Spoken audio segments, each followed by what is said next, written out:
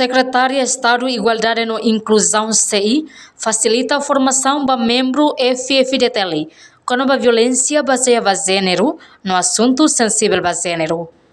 Formação de raça que realiza a Salão Quartel-Geral FFDTL Fatuhada Dili.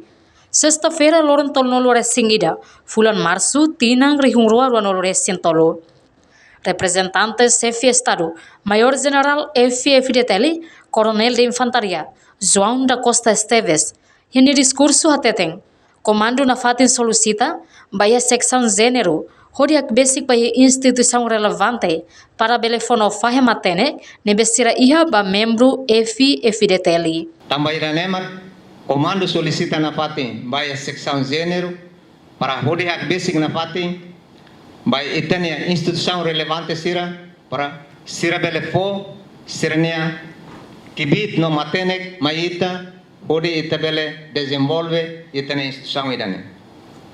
Se quando itataka itaneang ba instituição relevante ita nunca hetam buat dia kita ode desenvolve itane instituição. Ya Fatin Hanesang, Diretor-Geral CI Armando da Costa, ba jornalista Sira informa.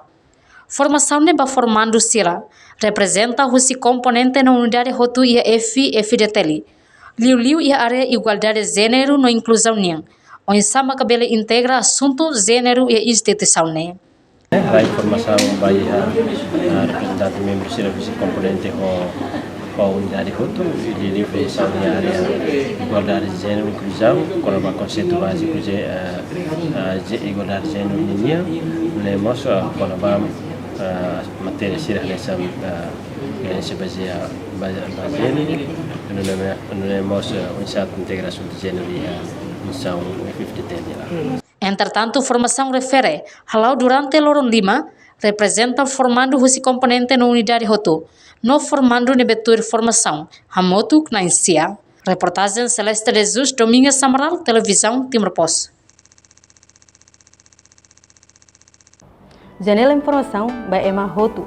Atuheta informação atual diakliu kita haluha hane hambutão subscribe, like, halo comentário no fahetutang ba media sosial Rotu.